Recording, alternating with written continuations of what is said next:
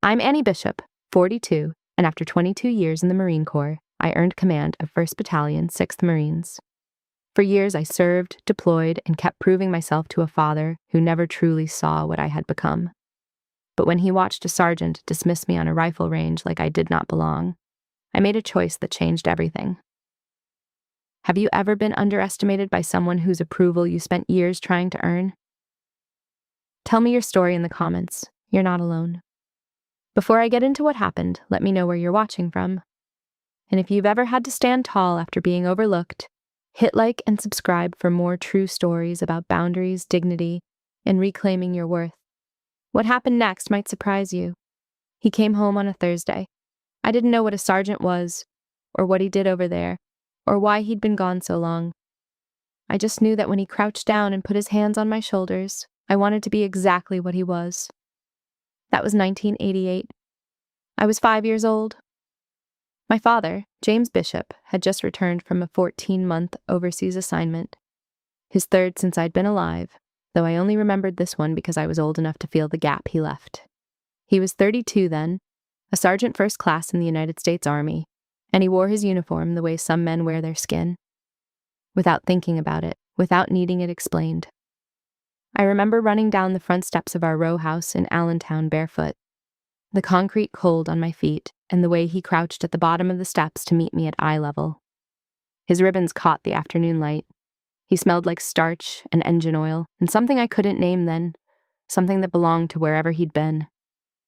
I pressed my face against his shoulder and thought that no one in the world was more important than this man. That's the foundation. Everything that came after, the 22 years in the Marine Corps, the deployments, the promotions, and the long silences on the phone, traces back to that Thursday afternoon in Allentown when I decided I wanted to be what he was. Not necessarily what he did, what he was. My father grew up in Pittsburgh, the son of a steelworker, and he enlisted in the Army at 20 years old because there wasn't much else to do, and because his older cousin had done it and come back seeming taller than when he left. He served 22 years. He was good at it, methodical, patient, and physically capable in the way that men who work with their bodies learn to be. He was never an officer. That wasn't a failure, it was a choice, or at least that's how he framed it.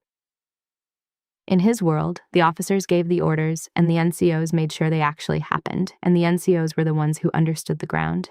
He believed it the way other men believe in weather, as a fact you did not argue with.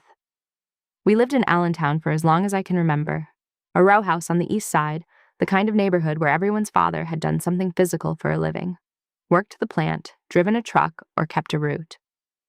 My mother, Carol, taught 4th grade at the elementary school 3 blocks over. She was quiet in the way that people who live with strong personalities learn to be. Not passive, just economical. She understood my father and she understood me, and most of the time she served as the translator between us. She did it without being asked and without complaint, which is its own kind of courage. When I was 12, I started going to the public library on Saturdays, not for school, for research.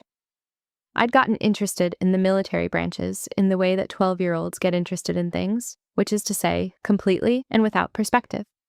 I read everything I could find. I brought home a pamphlet about the Marine Corps one Saturday in 1995, a fold-out card with photographs of men in dress blues and language about honor and service. My father picked it up from the kitchen table, read the cover, and set it back down. He told me that Marines were good for infantry and pageantry, that the Army did the actual work, and that if I was serious about service, I should plan to enlist Army out of high school and not chase a commission, like someone who wanted to be a boss without earning it. He said it the way he said most things, plainly, without heat, as though the conclusion were obvious and the conversation was just him being patient enough to let me catch up. I didn't argue. I'd already learned that arguing with my father about the military was like arguing with a building. You didn't move it. You found a door. I put the pamphlet in my backpack and took it to school on Monday and kept researching on my own. He retired when I was 14. 1997, 22 years of service, a handshake from his commanding officer, and a folded flag. He came home in civilian clothes and started adjusting to a life without formation. It took him years. He filled the house with Army talk, old units, old operations, and old friends who'd gone in different directions. He built a small display on the living room mantel. His sergeant first-class chevrons, a battalion coin, a photograph of his platoon from the Gulf. The Army didn't leave when he retired. It moved in. I grew up in that house. I did my homework under the photograph on the mantel. I listened to the stories about men who'd served in the same places and carried the same weight, and I cataloged every word. I also kept my own research going. By the time I was 16, I'd read everything the library had about every branch, and I'd made a decision I wasn't ready to say out loud. In the summer of 2001, I graduated high school and sat my father down at the kitchen table, the same table where he'd set down the Marine pamphlet, and told him I'd accepted an NROTC scholarship at the University of North Carolina at Chapel Hill, Marine option. I was going to be commissioned a Marine officer. He was quiet for a moment. Then he laughed, short and without warmth, and said that a commission didn't make you a real soldier. He said I should enlist, do the time, earn the rank from the ground up. I said I was going. He said I'd figure it out. Officer track, so you want to be in charge of people you've never been. That's not service, Annie. That's ambition wearing a uniform. I didn't answer him. I'd learned already that there was no answer that would satisfy him, not that summer. What he'd decided about the officer track and about the Marine Corps wasn't something that could be undone in a kitchen conversation. It was structural. It went all the way down. The thing I understood, even at 18, was that his dismissal wasn't about me. It was about a system he'd spent 22 years inside of, and about where officers sat inside that system, and about the gap he believed existed between the woman I was and the job I was choosing. It was about a lot of things that had nothing to do with whether I could do the work. I left for Chapel Hill with one suitcase, and my father's doubt packed neatly beside everything else.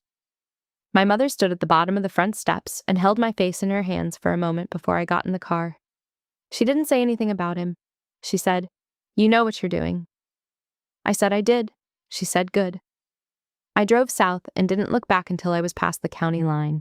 That was the beginning, not the part where I proved him wrong. That was still 22 years away, on a rifle range in North Carolina, with 40 Marines on the line and a sergeant who didn't know my name. The beginning was a Thursday afternoon when I was 5, and my father crouched down to my level, and I decided that whatever he was, I wanted to be it. He gave me that. He gave me the ambition and the framework and the iron-sighted belief that service was the most serious thing a person could do with their life. What he didn't give me was credit for learning it. That took a little longer. I got very good at editing myself around him. Not lying, just choosing what to say and what to leave out. You do that long enough, you stop noticing you're doing it. ROTC at Chapel Hill was 4 years of early mornings and late nights and a particular kind of discipline that no one outside it fully understands. We ran before sunrise. We studied after midnight. We stood inspections and wrote operations orders and conducted field exercises in the North Carolina woods. And somewhere in the middle of all of it, I realized that I was good at this, genuinely good at it, not just determined. The first time I issued an order in a field exercise and it was followed without question, I understood something that my father had tried to explain and hadn't quite managed to. Command isn't about rank. Rank is just the structure that makes command legible. The actual thing, the authority, the trust, and the weight of it comes from somewhere else. I called James after my first physical fitness evaluation freshman year. I'd ranked first in my NROTC unit. I was proud of it in the uncomplicated way that 18-year-olds are proud of things before they learn to manage their expectations. He asked if we were doing real land navigation or just orienteering. I said real land nav. He said that was good. That was the whole call.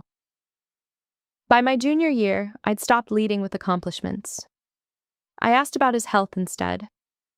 He talked about his knee, about the weather in Allentown, about a buddy from his old battalion who'd moved to Florida. It was easier. It was also a kind of surrender I didn't fully recognize at the time. Commissioning day was May of 2005. I was 22. The families filled the bleachers, mothers in summer dresses, fathers with cameras, some of them in their own old uniforms. My mother, Carol, was in the second row. She'd driven down from Allentown alone. The seat beside her was empty. My father had called the night before and said he had a vague, unspecified conflict. I'd already cried about it by then, alone in my room the night before when he called, so by the morning I was done. I stood in formation, and I was commissioned a second lieutenant in the United States Marine Corps, and Carol came forward and pinned my gold bars. She had to look up which way they went. I loved her for trying. A classmate's father, a retired Marine lieutenant colonel, gave me my first salute. I returned it. I did not think about the empty seat. A classmate asked me afterward, at the reception, where my father was. I said he had something come up. I said it once and didn't say it again. Then I got in a car and drove to Quantico, Virginia to begin the basic school, and I started the work. The next several years moved fast, the way operational years do. I made first lieutenant in 2007, which in the Marine Corps means you've survived the initial period and they've decided to keep you. I called James. He said, still O2, right? I confirmed yes. He said, okay, conversation over. I deployed to Iraq in 2009 as a captain. I made the goodbye call from Camp Pendleton from a phone bank in a building that smelled like cleaning fluid and nervous energy. I told him I was heading overseas. He said to keep my head down and listen to my NCOs, as if I were a private, as if the 8 years between my commissioning and that phone call hadn't produced any information he could use. In 2010, I deployed to Afghanistan, Helmand Province. I was under indirect fire for the first time and earned a Combat Action Ribbon, which is the Marine Corps' formal acknowledgement that you've been in a firefight. I called James from a forward operating base on a satellite connection with about 12 seconds of usable window. I told him I was in Helmand. He asked if I was doing staff work or something else. I said something else. He said good. That was the best call we'd had in years. I made Major in 2014. I was promoted to 04 and assigned to the Saudi Marine Expeditionary Force staff at Camp Lejeune for operational planning, the serious work. I drove up to Allentown for Thanksgiving. I had my oak leaves in the car, but I changed into civilian clothes before walking in, out of habit or instinct or some combination of both that I'd developed over the years to keep the conversation from going sideways before the meal. Over dinner, I told him about the promotion. He asked about the billet. I explained. MEF staff, operational planning, the kind of work that shapes how the force moves and trains and sustains itself. His brother-in-law at the table said that sounded important. James changed the subject to his old battalion's spring reunion. I passed the green beans and said nothing. 2 MEF staff, so you're still behind the wire doing the planning. I'd been in the Marine Corps 9 years at that point. I'd been to 2 combat zones. I'd led Marines in the field under conditions that would have satisfied any standard he'd ever named. And in that kitchen in Allentown, I was still the girl who'd picked the wrong branch. The selection happened in March of 2022. The Marine Corps Centralized Selection Board, which convenes to identify the officers the institution believes can command at the battalion level, selected me for battalion command. It is one of the most competitive and deliberate processes in the service. I called James. He didn't pick up. I left a voicemail. Dad, I've been selected for battalion command. It's a big deal. Call me back when you can. He called back 4 days later. The call lasted 6 minutes. He said, good for you. He asked if the battalion was infantry. I said yes. He said, I sat in my car in the parking lot at 2 MEF headquarters for 4 minutes after that call before I went inside. It wasn't grief exactly. It was more like an accounting, a moment of tallying up all the times I'd hoped for something and gotten something smaller, and acknowledging that I'd been doing that tallying long enough that it should have stopped surprising me. It didn't surprise me. That was the part that cost me those 4 minutes. Not the disappointment, the absence of surprise. I went inside. I had work to do. That was, in the end, always the answer. Not because the work erased anything, but because it was honest in the way that sitting in a parking lot, waiting to feel better, was not. The work was what I'd chosen. The work was real. Whatever my father understood about it or didn't understand about it was a separate question, and I had learned over 20 years to keep those two things from collapsing into each other. Most days I managed it. Some days I sat in a parking lot for 4 minutes. Both were true. He gave me the framework.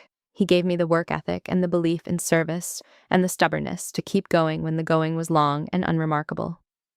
What he withheld, the acknowledgement, the presence, and the simple act of asking a real question, was its own kind of inheritance. You learn what you're made of from what you carry and what you don't. I was made of enough. I'd been proving that since Chapel Hill.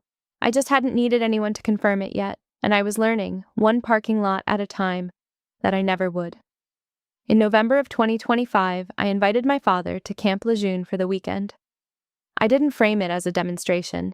I didn't tell him I was 3 weeks from assuming battalion command, or that the weekend was, in any sense, a deliberate act. I just asked if he wanted to come down and see the base, maybe see some range work. He said yes, which surprised me slightly, and then he drove 5 hours from Allentown on a Friday in November, which surprised me more. I was 42. He was 70. We'd been talking past each other in different configurations for 22 years. I'd stopped expecting the conversation to change. What I had allowed myself to do, quietly and without making a thing of it, was to invite him into a context where the conversation might change on its own. Not because I arranged it that way, because the truth was already there, and I was finally going to stop hiding it in civilian clothes. He arrived Friday evening. I met him at the main gate in my personal vehicle, dressed in slacks and a plain blazer. The civilian clothes were deliberate. I had my base credential and command staff badge clipped at my belt. Standard practice for incoming commanders visiting installation facilities before formal assumption of command. He didn't notice the badge. He was looking at the base, the scale of it, the order of it, the way the buildings and roads were organized with the functional logic of a place built for serious work. On the drive to lodging, he commented that the base was bigger than he expected. I said it always was, for people seeing it the first time. He asked if I was nervous about taking command. I said no. He said that was good because commanding officers carried a lot of weight and he hoped I was ready for it. The way he said it, measured and slightly pointed, was not encouragement. It was assessment. He was checking to see if I'd thought it through. I told him I'd been thinking it through for 22 years. He looked out the passenger window and let that sit. We got him settled in base lodging. He was quiet over a short dinner in the common room. He asked about Carroll, about the weather difference between Allentown and coastal North Carolina, about whether the base had decent food options. Normal questions. The current underneath them was not normal, but we'd been navigating that current for so long that we'd both gotten good at pretending it wasn't there. Saturday morning, 07:30, I drove him to Stone Bay Range Complex in the dark that was just starting to lift. He wore his old field jacket, army green, a little faded, nothing on the collar. I wore the same pressed slacks and navy blazer from the night before, with the badge still at my belt. It was cold. The sky was that flat, overcast gray that November produces on the North Carolina coast, and I could see my breath when I got out of the car. 1st Battalion, 6th Marines was conducting known distance rifle qualification. 40 Marines on the firing line, 2 coaches per relay, range safety personnel in orange vests positioned along the line. The sound of a qualification range is something you either understand or you don't. It is organized, rhythmic, controlled in a way that takes years to build and seconds to lose. James walked beside me along the rear spectator lane with his hands in his jacket pockets. I could feel him watching. Not idly, actively. He was grading it. We were about a third of the way down the line when Staff Sergeant Miller stepped across to intercept us. He was in his late 20s, wearing an orange range safety vest and holding a clipboard. He spotted me in civilian clothes moving in the rear lane and made a call based on what he saw. He looked at my blazer, my age, my presence behind the line without anyone in uniform escorting me. He did not look at my badge. He smiled, the kind that comes with a decision already made. "Playing Marine, ma'am," loud enough for the line to hear. "Live range, turn around." Behind me, my father stiffened, and then quietly he caught a laugh. Not a real one. He caught it before it finished. But I heard it. I was facing forward, standing still, waiting, and I heard that half-second of sound behind me, louder than anything else on that range. I didn't turn around, I didn't speak, I didn't move. I had been doing this for 22 years, and I knew what the next 30 seconds looked like, and I was willing to wait for them. Captain Travis Ridge was walking the line toward the tower. He was 32, the range officer in charge, and 9 days prior he had received his command turnover briefing, which included a photograph and a name, the incoming commanding officer of 1NAR 6. He paused. He looked at the badge at my belt, then at my face, then at Miller. He turned to Miller. His voice was flat. No theater, no embarrassment, no warmth. "Drop! She's command!" Miller went pink from the collar up. He dropped to the deck and began push-ups. Ridge turned to me, came to a modified position of attention, and said, "Ma'am, I apologize. Welcome to Stone Bay." 40 Marines on the firing line went still. Word moved through them in about 3 seconds. Not shouted, just the speed at which information travels through a formation of men who have been waiting to understand something. The woman the sergeant had dismissed was the incoming battalion commander, and that woman was me. I thanked Ridge, I told Miller to finish his set, and that I'd see him at the battalion introduction. Then I walked the rest of the line with Ridge, who ran me through the relay structure and the qualification standards and the current pass rates with the efficiency of a man who was very good at his job and who knew better than to make the next 10 minutes any more complicated than they needed to be. Behind me, my father had stopped moving. He stood at the edge of the spectator lane and watched. He watched Marines come to attention as I passed, young men he had been privately grading for the last 40 minutes against some internal standard I had never been able to fully articulate, but had always been able to feel. He watched Ridge walk at my shoulder the way junior partners walk. He watched me know things about that range, about those men, about the weight and rhythm of serious work that he didn't know and couldn't have predicted. He had no frame for it. He'd built his whole picture of my career on a feeling, the feeling that the Marine Corps was performance and the officer track was ambition. That feeling had just been corrected on a cold rifle range in front of 40 strangers. James Bishop stood alone at the edge of the spectator lane, hands in his jacket pockets, watching me walk the line with the officer who had just corrected a sergeant on my behalf. He didn't move for a while. I know because one of Ridge's corporals mentioned later that the older man in the army jacket stood there for several minutes, completely still, watching me work. I didn't see his face until the drive back. It was an expression I'd never seen on him before. Not pride, not yet. Something before pride. The first rearrangement of a belief that had been fixed in place for a very long time. He was quiet on the ride back from Stone Bay. Not the usual quiet, not the quiet that meant he was calculating or waiting for an opening. A different kind, the kind that follows something that has changed the shape of a room. I drove. He looked out the passenger window at the base, the same roads we'd driven in on, the same installation, but he was seeing it differently now. I could feel him repositioning.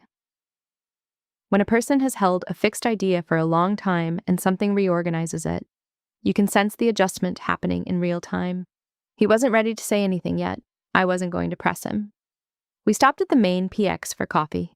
He paid without being asked, which was rare, and we sat at a small table near the window, with cups neither of us touched for the first few minutes. Outside, a formation of junior Marines moved through a double time at the far end of the parking lot. He watched them without commenting. "I thought you were on a staff," he said finally. "I run a staff," I told him. "For the past 3 months, I've been coordinating the command turnover for 1st Battalion, 6th Marines. In 21 days, I assume command officially." He turned his cup in both hands. "That sergeant didn't know who you were." He knew what he saw. A civilian-dressed woman behind the line without a visible escort. I waited a beat. He didn't look at the badge. He let that settle. Then, "That happened often. Less often than it used to." He looked at the formation outside, which had moved around a corner and disappeared.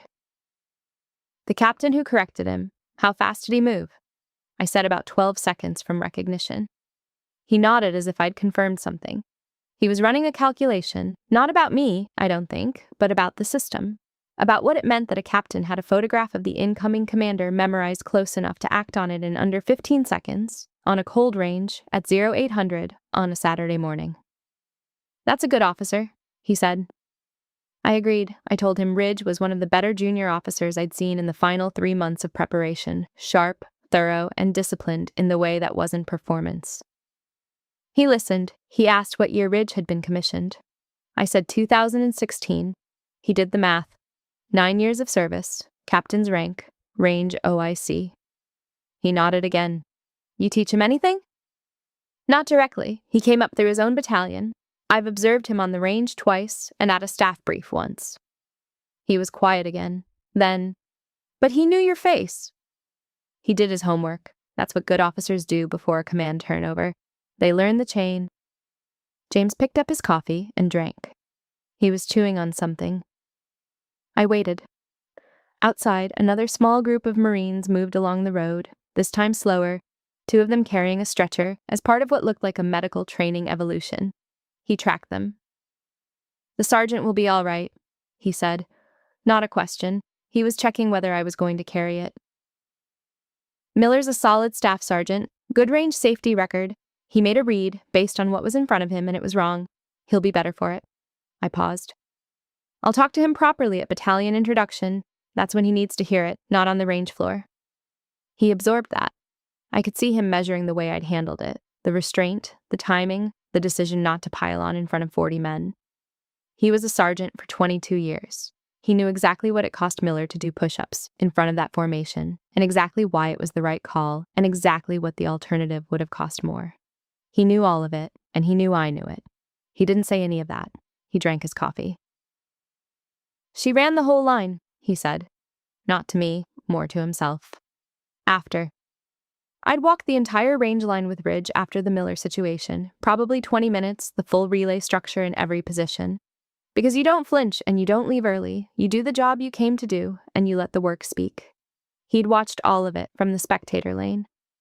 That's the job, I said. I know it's the job, he said. He set his cup down. He looked at me directly, not the measuring look he'd been using since he arrived, something different. I didn't know it was your job.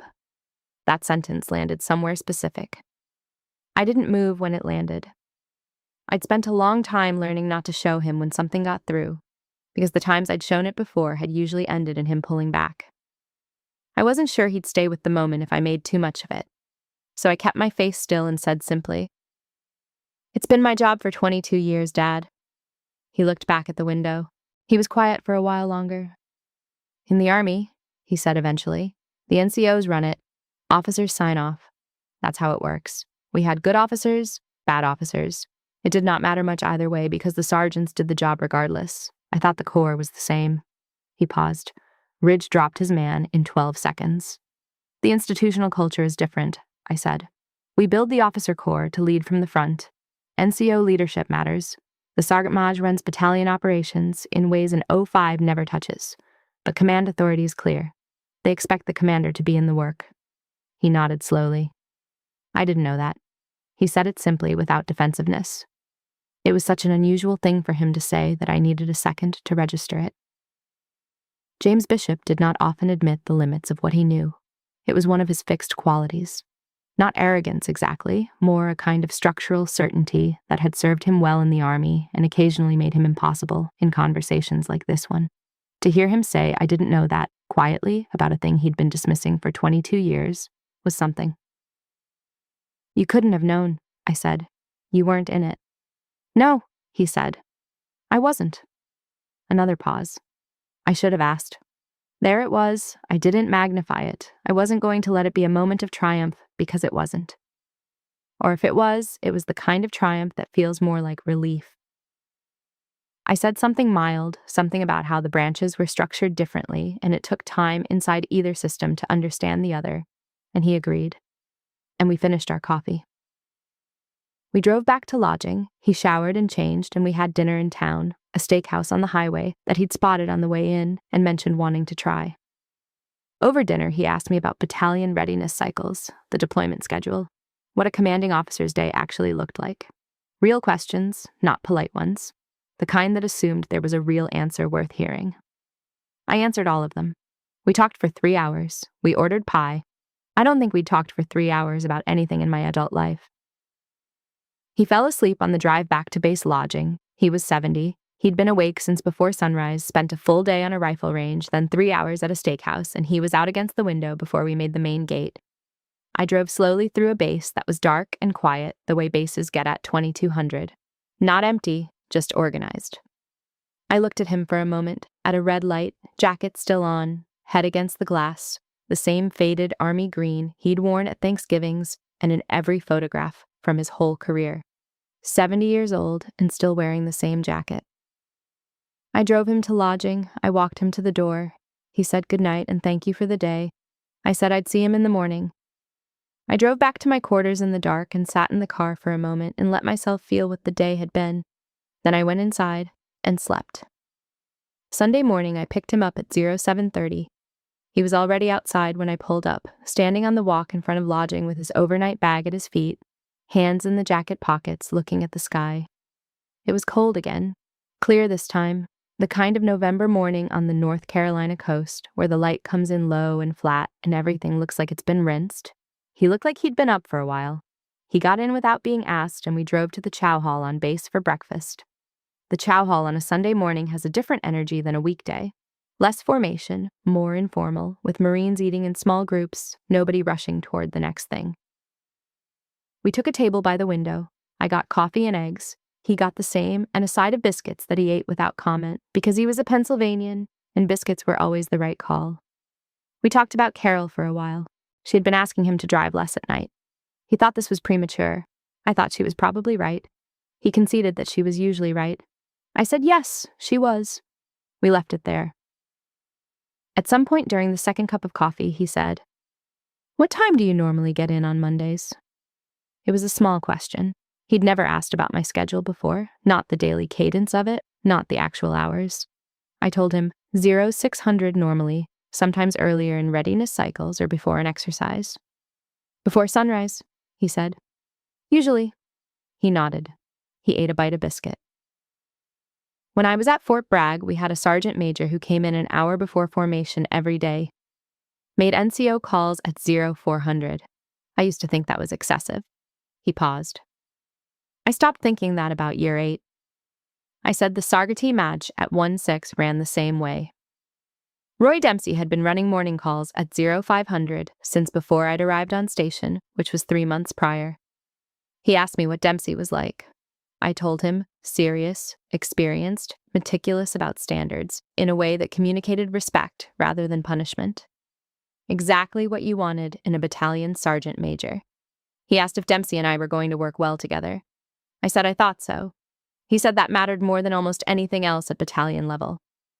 The CO and the Sergeant Maj have to be the same machine, he said. If they're not, the battalion feels it. Every single Marine in that formation feels it. I said I agreed. He was right. It was one of the core things I'd spent the past 3 months studying about the unit, understanding how Dempsey operated, and making sure my own approach would complement rather than contradict it. He was quiet for a moment. Then he said, "Did you tell him that? Dempsey?" I said yes, and that in my first meeting with him, I had told him directly that I intended to run a tight command relationship and that his input on NCO issues would be my primary intelligence on the enlisted force. He looked slightly surprised, then covered it. "Good," he said. "That's smart. Yeah, good." He said it the way he used to say good after the Afghanistan call, like the word was a small certification rather than a praise. "There's a protocol you might not know," I said. "For visiting veterans who come on base with a commanding officer, I can arrange a brief with the battalion operations officer before you leave. Major Carver, she runs the S3, which is operational planning. She can walk you through what the battalion's current readiness posture looks like." He looked at me. "You set that up?" I asked her if she was available. It's her call. I paused. She said yes. He was quiet. Something shifted in his face, not quite emotion, but the preparation for it. He looked back at his coffee. "You didn't have to do that." "I know. I'm not even Army anymore." "You wore a uniform for 22 years. That's enough." He didn't answer. He finished his coffee. He was doing the thing he did when something landed that he wasn't prepared for. Absorbing it without reacting, buying time to figure out where to put it. We went to the S3 space at 0900. Carver had a brief prepared, clean, tight, about 15 minutes covering the battalion's current training cycle, the upcoming readiness evaluation, and the unit's role in the division's operational commitments over the next 12 months. She addressed him as Sergeant Bishop the first time she referenced him, which was deliberate and correct, and which I saw land on him with precision. He sat straight in the chair for the entire brief. He asked 2 questions, both good ones, both about sustainment and logistics, the kind of questions that came from someone who'd spent years thinking about how operations actually stayed fed and fueled. Carver answered them without condescension and without simplification. He thanked her when the brief ended. She shook his hand and said it was an honor to brief him. He didn't say anything in the hallway after. I walked him back to the parking lot. He had a 5-hour drive, and Carol would want him back before dark. He opened the trunk of his car and put the overnight bag in and closed it.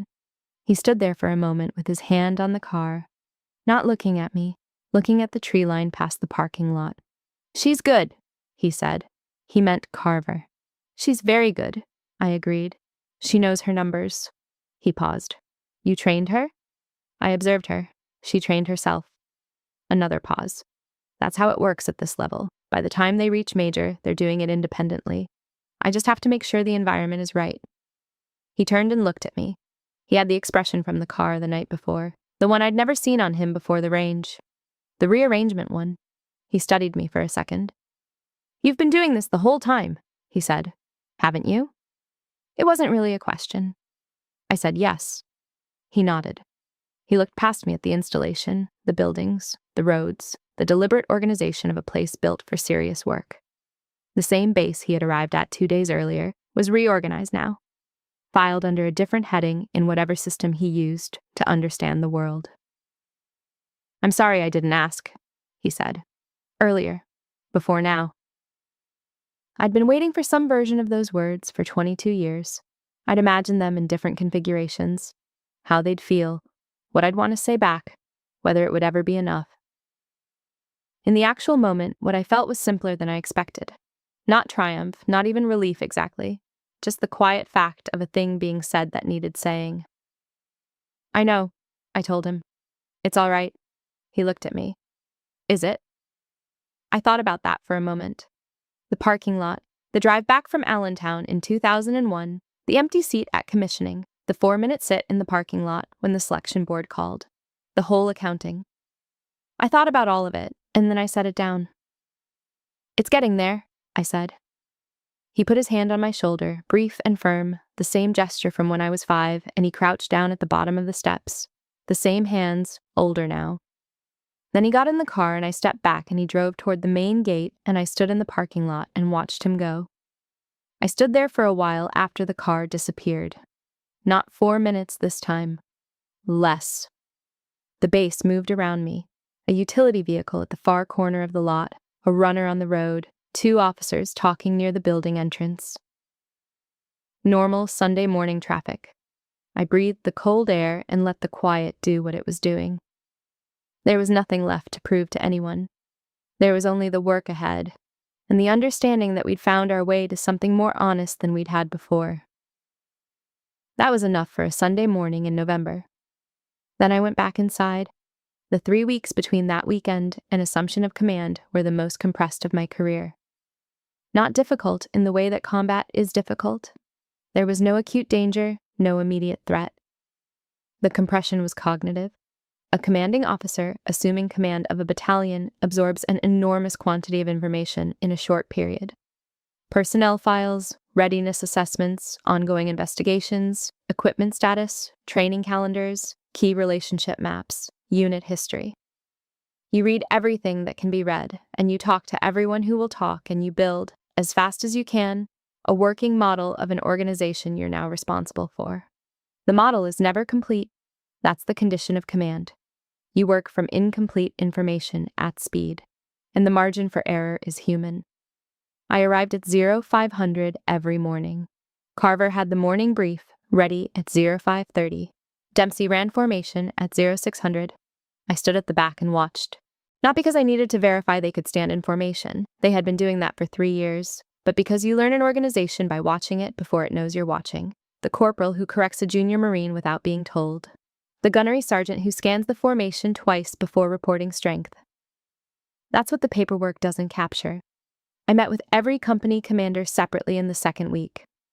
4 captains, each running a company of 150 to 200 Marines, each with their own particular way of leading and their own particular read on what 1-6 needed. I didn't pitch a vision. I asked questions and I listened. What's your biggest readiness gap? Where do your NCOs need development? What has leadership done well that you want to see continue? What has not worked?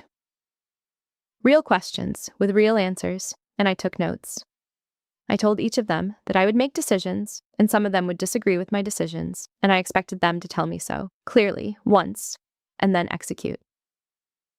That's the compact. They all said they understood.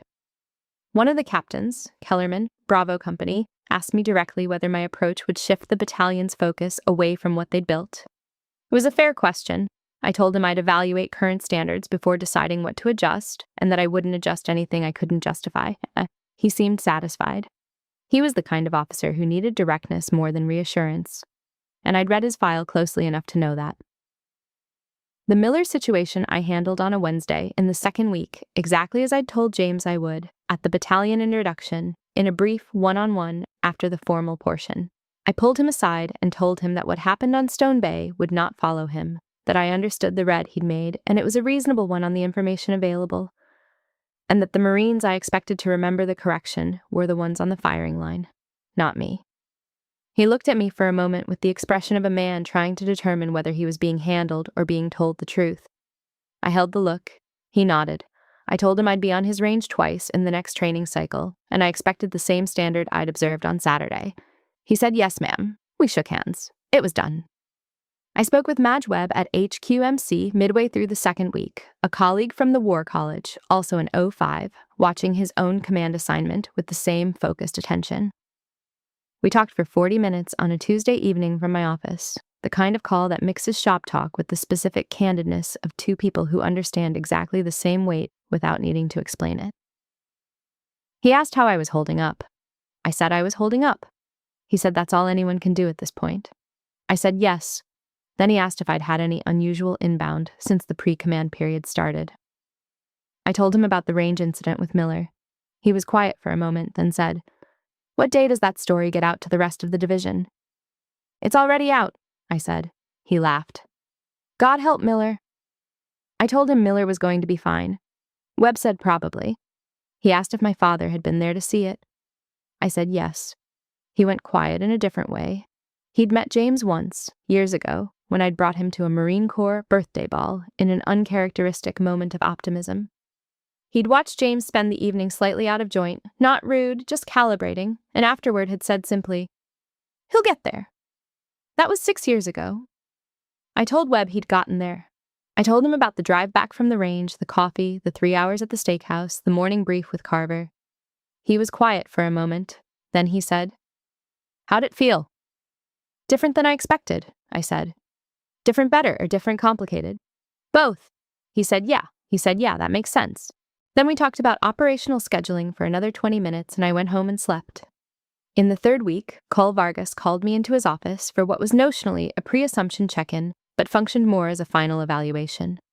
Vargas was the regimental CO, an 06 with 2 tours, not the kind of man who used conversation to pass time. He asked me about my command philosophy. I gave him a direct answer: mission accomplishment built on unit cohesion, NCO development as an institutional priority, and command authority exercised transparently so the unit always knows where decisions are being made. He nodded and wrote nothing down. Then he asked about Dempsey. I told him what I'd told James. Dempsey was solid, experienced, and the right man for the battalion at this point in the readiness cycle. Vargas said he agreed. He asked if Dempsey and I had discussed command authority boundaries. I said we had, explicitly, in our first meeting. He looked faintly pleased. "You've done this before," he said. Not a compliment, an observation. "Not at this level," I said. "No, but you've been in the work a long time, I can see it." He closed the folder on his desk. "The Miller situation," I heard. "Yes, sir. You handled it correctly. Thank you, sir. I'm not praising you, I'm noting it for the record. The battalion watched how you handled that, and they'll watch everything else the same way." He paused. "Every Marine in that unit's going to form an opinion of you in the first 90 days. Some of them already have. You understand that?" "Yes, sir." "Good." He stood. So did I. He reached across the desk and shook my hand, not a ritual gesture, but a real one. "I'll see you at the ceremony." The ceremony was scheduled for the first week of December.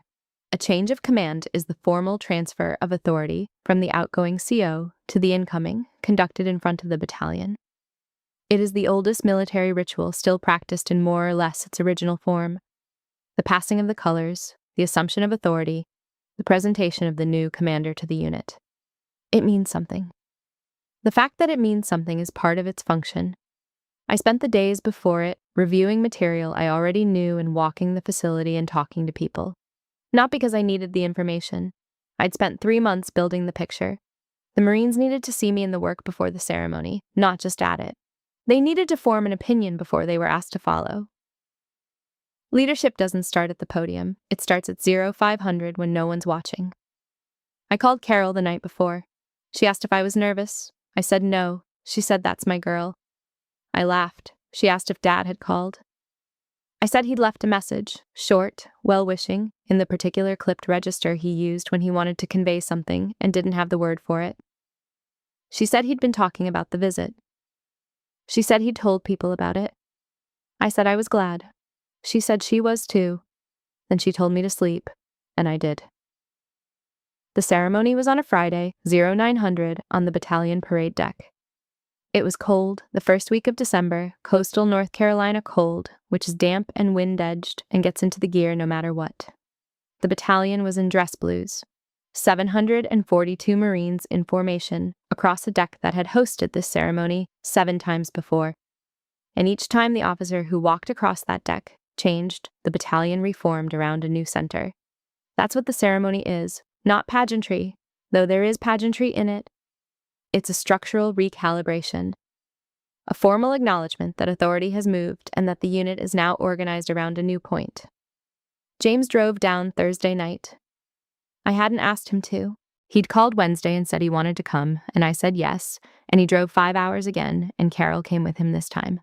The two of them arrived at base lodging on Thursday at 1800. Carol in the front seat, and my father with both hands centered on the wheel the way he always drove. I had dinner with them Thursday evening. We chose a different restaurant from the Saturday Steakhouse, quieter, closer to base, and Italian.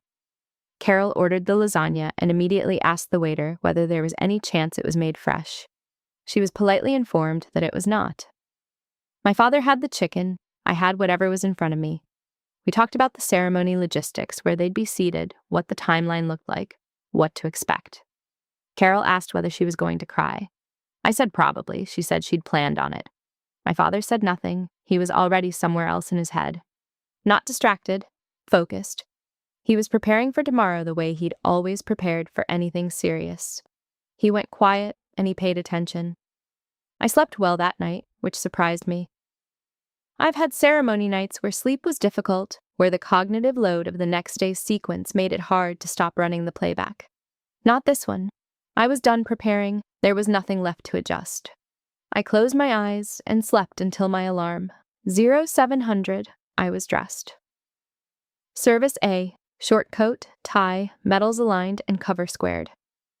I checked myself in the mirror the way you check yourself when the inspection is going to be performed by 742 Marines who had been told I was their new commander and were about to form a first impression that will govern the next 2 years. Shoulders straight, cover level, ribbons flush. I looked at myself for exactly as long as was necessary, and then I walked out the door. The parade deck was being staged when I arrived. Dempsey was overseeing the formation arrangement with the exacting attention of a man for whom a ceremony is simply another operation. Carver was at the edge of the deck, reviewing the run of show with Ridge, who was managing the ceremony traffic with a clipboard and a radio. I walked the outer edge and spoke briefly with each company first sergeant, not about the ceremony, but about their Marines. 5 or 6 words each. It was a small thing. I'd done it because it was a small thing. Major Owens arrived at 0845. He commanded the 2nd Marine Division, and as the presiding officer for the ceremony, the flag would pass through his hands. He was accompanied by his aide and his sergeant major, and he greeted me in the rear staging area with the measured warmth of a 2-star who'd presided over this particular ceremony 14 times. We spoke for about 3 minutes. He said the battalion's readiness numbers going into this cycle were strong. I said I intended to keep them there. He said that was the right answer. He said nothing about the range incident, though I knew he knew about it. He didn't need to say anything about it. The fact of it was already part of his assessment. The ceremony ran precisely to sequence. The outgoing CO received his remarks and his thanks. The colors were brought forward. The adjutant called the command. The flag passed through Owens and into my hands. 742 Marines watched the exchange. I held the colors for a moment, feeling the physical weight of them, the fabric, and the history folded into it. And I was aware of the silence on the deck, the way you're aware of things that are real. Then I passed the colors to the guide, and I took my position, and I addressed the battalion. I'd written the remarks carefully. Not long, just 6 minutes, which is correct for an assumption address. You don't give a speech at a change of command. You state your intent, acknowledge the unit, and step aside. I told them who I was briefly, not a biography, just 22 years, a belief in the work and in the people who do it. I told them my primary job was to give them the conditions to do theirs, and that when I failed, I expected to hear about it through the chain, directly. I told them what I expected in terms of readiness, discipline, and the treatment of every Marine in the formation. 6 minutes. Then the adjutant dismissed the formation. The reception afterward was in the battalion's common area. Carol found me immediately, which she accomplished by moving through a crowd of uniformed Marines with the particular calm confidence of a woman who has been in every room her whole life and not once needed anyone's permission to belong in it. She held my face in both hands. She didn't say anything. She didn't need to. My father came in behind her. He was in the dress clothes he wore to serious occasions, a dark jacket and the same tie he wore to formal family events. He stood back while Carol had her moment, and then she stepped aside, and he came forward. He looked at me in my dress uniform, taking in the full weight of it, the ribbons, the rank devices, and the 22 years compressed into the fabric. Something in his face moved. He didn't hug me. That wasn't the shape of us. He put his hand out, and I shook it, and he held the handshake a beat longer than a handshake needs. Then he said, "Lieutenant Colonel." My rank. The first time in my life he had said my rank out loud and meant it the right way. "Yes, sir," I said. Same thing I said to Owens, same tone. He understood what it meant to be addressed that way and to have it answered that way. Not casually, but as something earned. "I watched the whole thing," he said. "I know." He looked down for a second, then back up. "You've got a good battalion." "I do." He looked past me at the room, at the Marines who were moving through the reception, talking, in groups, the easy organization of a unit at rest. He watched them for a moment, then, "When I was a sergeant first class, if you'd told me a change of command would look like this, I would not have believed it." He stopped. He reset. "It's different than I expected." "From what?" "From what I thought the officer corps was." He paused. "From what I thought you were?" I said nothing. Sometimes you let the sentence sit exactly where it landed. He said, "I should have come to commissioning." I heard 20 years in that sentence. I kept my voice level. I did not point out that he had had the option every year since and had not taken it. That wasn't the moment. "You're here now." He nodded. He looked at the floor for a moment. "Yeah," he said. "I am." We stood there for a moment in the noise of the reception, in the comfortable, organized chaos of a battalion that had just completed a transition and was now simply itself. Carol reappeared with a plate of food she pressed into my father's hands before locating mine and doing the same. The room moved around us.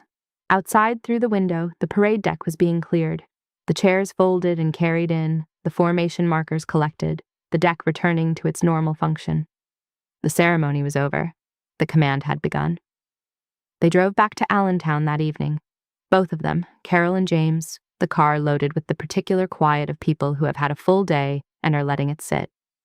I walked them to the parking lot after the reception. Carol held my hand for a moment on the way out, not sentimentally, just the way she always had. Fingers briefly interlaced. She said, "Call me when you're settled in." I said I would. She kissed my cheek and got in the passenger seat.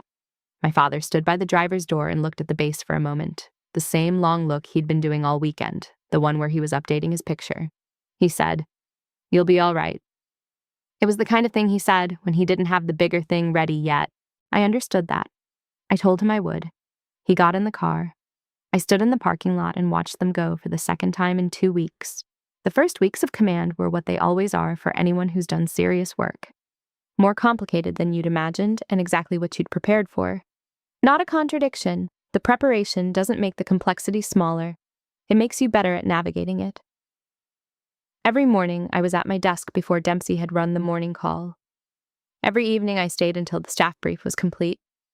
In between, I was on ranges, in maintenance bays, in the company offices, in one-on-ones with NCOs and junior officers who needed to understand not just that there was a new CO, but what kind. Character is communicated through presence and repetition. Nothing else gets it done. The first personnel issue landed 10 days in. A lance corporal in Charlie Company had tested positive for a controlled substance. Standard process. The Marine Corps has a procedure for it, and the procedure exists for reasons. I reviewed the case, reviewed the unit's prior handling of similar incidents, listened to the company commander's recommendation, and made a decision. The decision was fair and within policy, and I explained my reasoning to the company commander fully. The question of whether the command would be consistent and transparent about its standards got answered in the first 10 days. Good. 2 weeks in, Dempsey asked me for 5 minutes. We sat in my office with the door open, which was how we usually met. I had told him the first day that a closed door between the CO and the Sarat Maj was information to the battalion that there was a problem, and I didn't want to create that signal unless there was one. He had notes.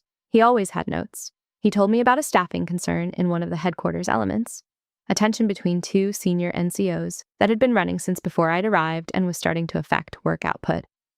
He gave me the specifics and his recommendation. It was the right recommendation. I told him to execute.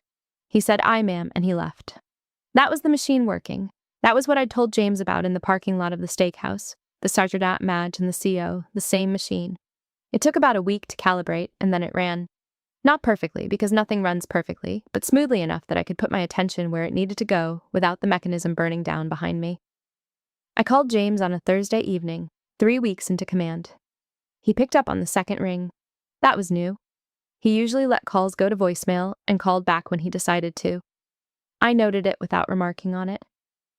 I told him we'd had a good first week on a readiness evaluation, better than the numbers projected, which meant the unit had more gas in the tank than the paperwork suggested. He asked what the evaluation covered. I told him, small unit tactics, fire and movement, communications under load. He asked what communications under load meant for a Marine infantry battalion at the current readiness posture. It was a specific question. He knew what it meant for an Army unit, and he wanted to understand the Marine version. I explained it. He asked a follow-up. I answered. We were in it for 20 minutes. At the end, he said, "The Sergeant Major Dempsey, is he handling the NCO Corps well?" "He's handling it the way I need it handled," I said. "He brings me the problem with his recommendation and then executes the decision. No theater." James was quiet for a moment. Then, "That's rare."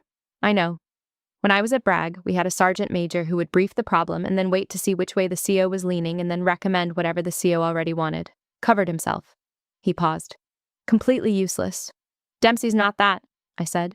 "He told me on day 1 that his job was to make sure I had the accurate picture of the enlisted force, not the comfortable one. I told him that was exactly right." "He said that?" "Day 1. James was quiet again, longer this time. I heard him set something down on a hard surface, the kitchen table probably, where he did most of his serious thinking. Then he said, "You picked well." "He was already there when I arrived," I said. "But yes." We talked for another 10 minutes about the battalion, the upcoming training cycle, and a question he had about how Marine infantry battalions were structured relative to Army counterparts at the same echelon. He'd been reading. I could tell. The questions were more precise than they'd been 3 weeks ago.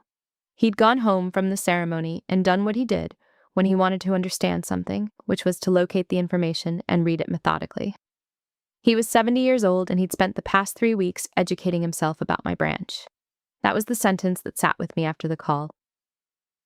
I drove home through the base in the dark and turned it over. 22 years of the same conversation, and somewhere between the range at Stone Bay and the reception after the ceremony, he had quietly decided to fill in what he didn't know. He didn't announce it, he just started asking better questions. I'd spent a long time being angry about the version of him that hadn't asked. I hadn't always called it anger. I had called it accommodation, professionalism, the maturity to compartmentalize. But it had been anger underneath. The clean, functional kind that doesn't burn, just holds its shape. I'd carried it carefully and I'd done my work, and I'd told myself that his opinion of my work was a separate question from the quality of the work itself, and both of those things were true. They were just not the whole truth. The whole truth was that I'd wanted him to see it and believe it, and I'd been waiting a long time for that to happen, and now it was starting to. The battalion would conduct its first major exercise in February. I was already building the planning framework with Carver, who was exactly as capable as I'd assessed her to be, which was very. Dempsey was running a junior NCO development program I'd asked for in the first week, and he'd stood it up in 6 days. The companies were in their training cycles. The machine was moving. I parked in front of my quarters and sat for a moment. Same as always. A brief accounting, then inside. But the accounting was different than it used to be. There was less in the deficit column. There was James asking about communications under load at 2300 on a Thursday. There was Carol, who had been right about everything the whole time without ever needing to say so. There was a battalion that was beginning to understand what kind of commander it had. There was the work, which had always been the answer, and which did not disappoint. I went inside, made tea, and reviewed the next day's schedule. I turned the lights off at 23:30 and slept without difficulty, and when I woke up, I went back to work. On the 3rd of January, 2026, my father called me. Not the other way. Him. He called at 0800 on a Saturday morning, which I can tell you is unusual enough that I looked at the phone for a moment before picking up, the way you look at something that surprises you by being real. I was at my desk in the office, which, yes, was where I was on a Saturday morning in the first month of a new command, and which required no explanation to anyone who'd done this work. I answered. He said good morning. I said good morning. He asked if I was in the office, and I said yes. He laughed, short and genuine, and said that he'd figured. Then he said he'd been thinking about something, and he wanted to say it while he was thinking it clearly. I put my pen down. I gave him the whole call. He said he'd been thinking about commissioning day May of 2005, Chapel Hill, the ceremony he didn't attend. He said he'd been carrying that for a while, and it had gotten heavier since December, since the ceremony at Lejeune, and he'd decided he wanted to say it out loud rather than let it sit. He said, I should have been there. I had no good reason to miss it, and I missed it, and I've thought about it for 20 years, and I'm telling you directly. I sat very still. Outside the window, the base was doing what the base did on a Saturday morning, organized, quiet, purposeful. I could hear it through the glass. He wasn't done. He said he'd been wrong about the Marine Corps, or at least wrong about what the Marine Corps was, and that he'd formed the opinion early and held it longer than the evidence supported. He said he'd been wrong about the officer track, that he'd applied an Army NCO's understanding of what officers were to an institution he hadn't been inside, and that was not a fair reading. He said, You were right, and I didn't tell you that, and I should have. He stopped. He was not a man who made speeches, and he'd just made one, and he was done. I took a breath. I know, I said. Then, thank you for saying it. He said that was it. That was what he wanted to say. I told him I appreciated it more than I was going to be able to express right now because I was in the office on a Saturday and there were limits to what I could let myself do in the office. He laughed again, warmer this time, more real. I said I meant it. He said he knew. We were quiet for a moment, not the uncomfortable kind, the kind where something has been said and both people are letting it land. Then he asked how the battalion was doing. I told him the first exercise cycle was going well, the companies were in good shape. Dempsey was running the NCO development program, and the results so far were strong. He asked about Carver.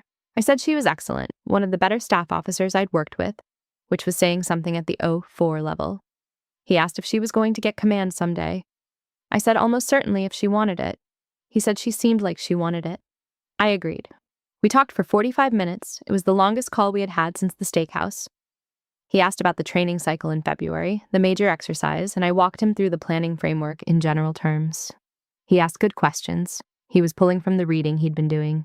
I could feel the structure of it in the questions, the way he'd started building a model of how Marine infantry battalions operated, and was now checking it against what I was telling him.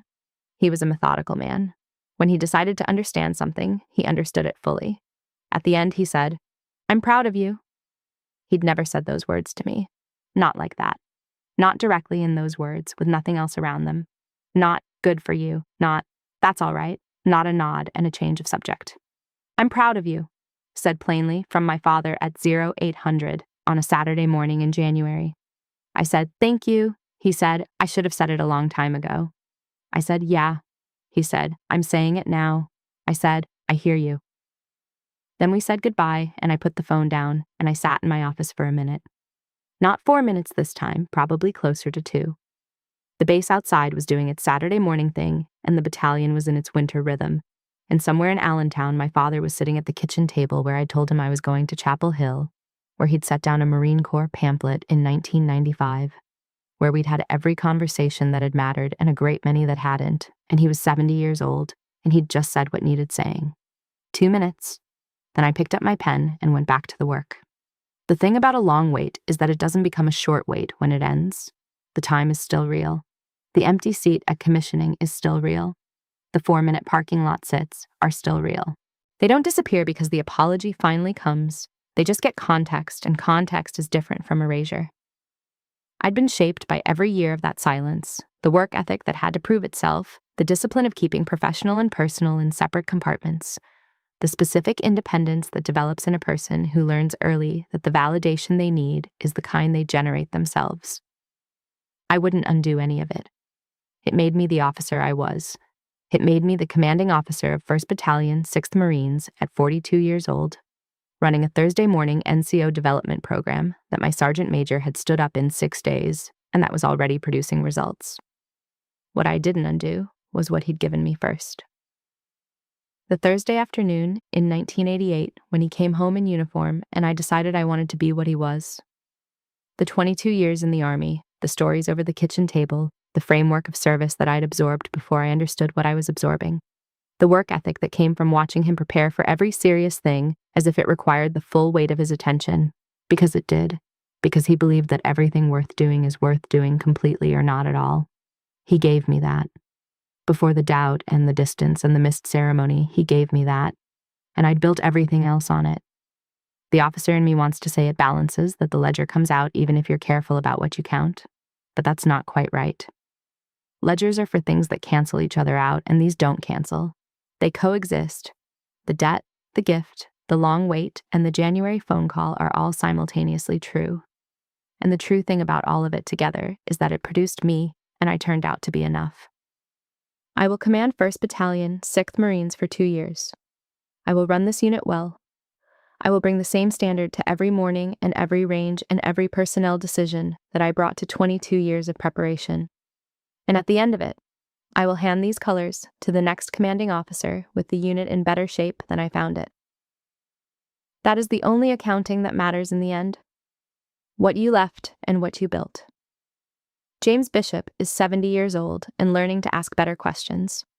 Carol Bishop is teaching 4th grade and being right about everything without requiring acknowledgement. And I am at my desk at 0800 on a Saturday in January with a battalion that is mine, in a service I chose before I could explain why, doing work that is serious and real. That is the whole picture. I am glad it finally is. That weekend taught me something I will never forget. Sometimes the person you needed to believe in you finally does, but only after you stop needing them to. Have you ever had to prove yourself to someone who doubted you? Did they ever come around, or did you have to find peace without their approval? Share your story in the comments, and if this reminded you of your own fight for respect, hit like and subscribe for more true stories about standing up, moving forward, and knowing your worth.